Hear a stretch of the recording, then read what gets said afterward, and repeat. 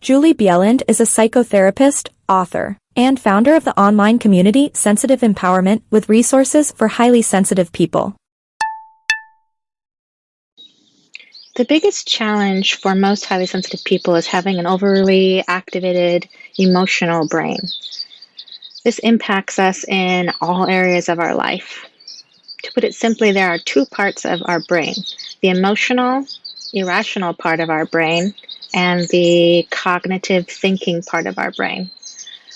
When our emotional brain is overly activated, our cognitive brain basically goes to sleep.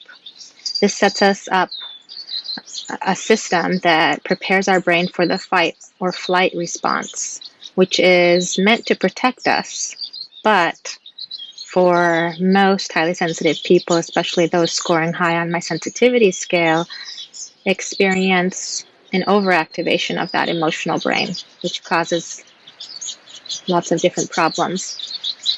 We can experience the following symptoms when we have too much activation in our emotional brain and not enough support from our cognitive brain.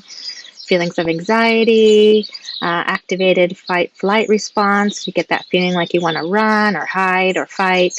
It's an icky internal feeling.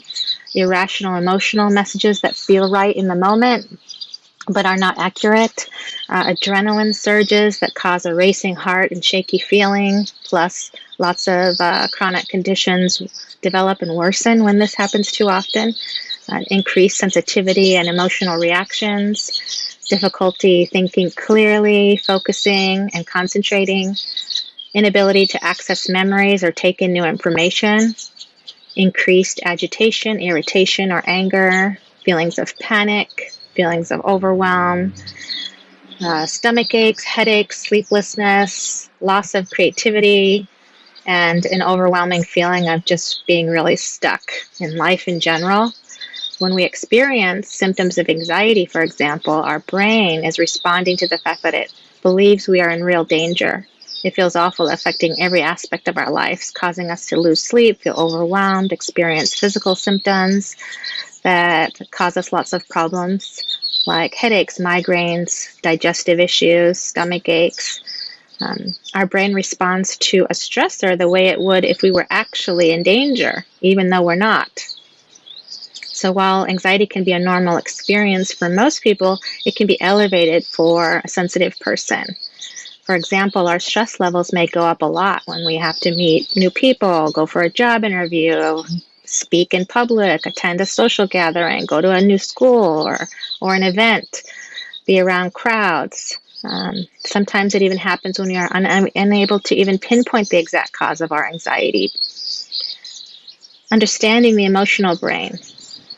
What's happening in the brain when our cognitive brain has gone to sleep? There is an almond-shaped part of our brain called the amygdala that gets activated when our brain thinks that there's something it's supposed to protect us from. Its job is to help us run away if we're in danger or fight to protect ourselves, which is why it's referred to as the fight or flight response.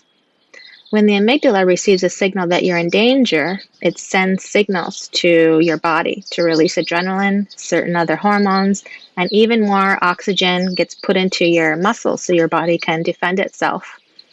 In other words, you're able to run away or fight. It happens so fast that we don't even realize it's happening. Remember, this is not the thinking part of your brain, so it doesn't know when you're in real danger or when you just perceive a threat.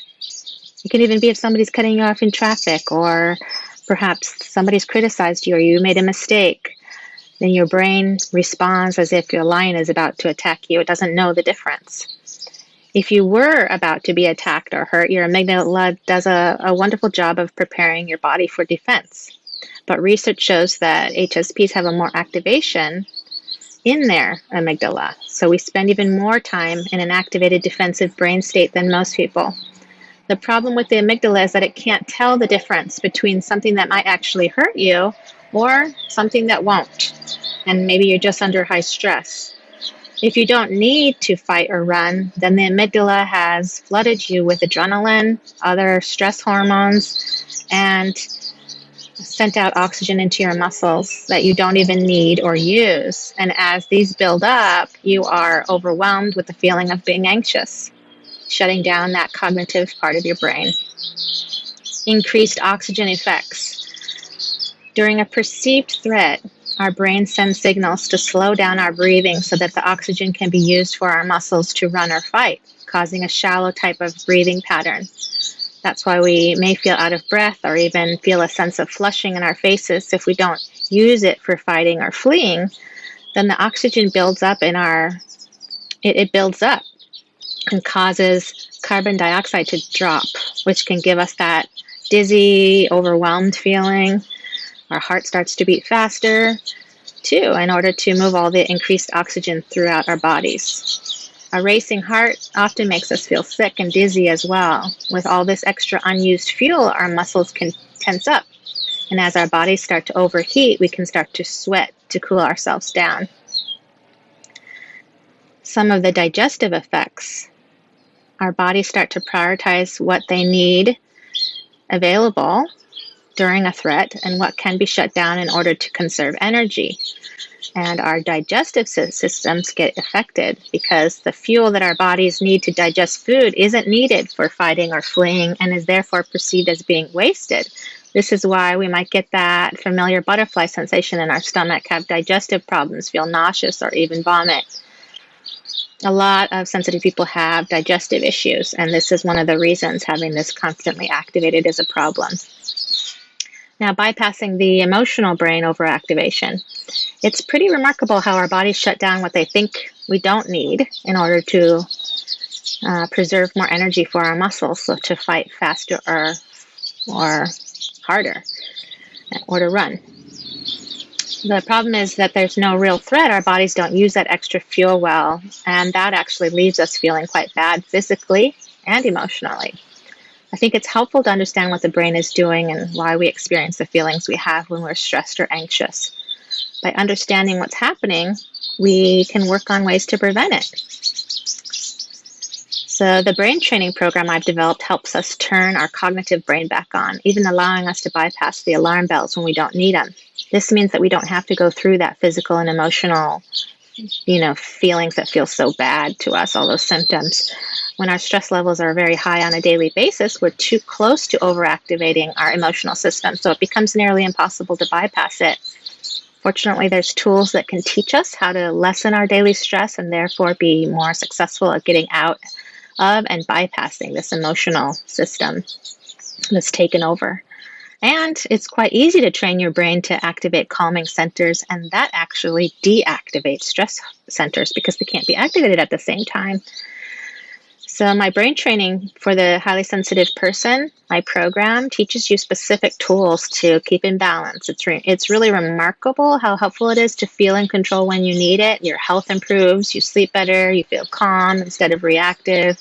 Your relationships improve, you're more creative and have brain space to live in balance and find meaning in your life. And this is quite easy to do with the techniques that I've developed, especially for the way you experience the world. Most programs are created for the people without the trait of high sensitivity. And this one is created especially for highly sensitive people and the way you and your brain experiences the world. And I really want you to know that you can live in balance and truly thrive as a sensitive person. Most HSPs who take my program start to notice a difference within the first 2 weeks. And these skills and techniques that you learn for your sensitive system, they stay with you for a lifetime. So that's something that's quite incredible, that once you learn these skills, you actually can train your brain for a lifetime. And that means that everyone around you benefits. Imagine what your life could be like if you could really learn how to balance this part of your sensitive system.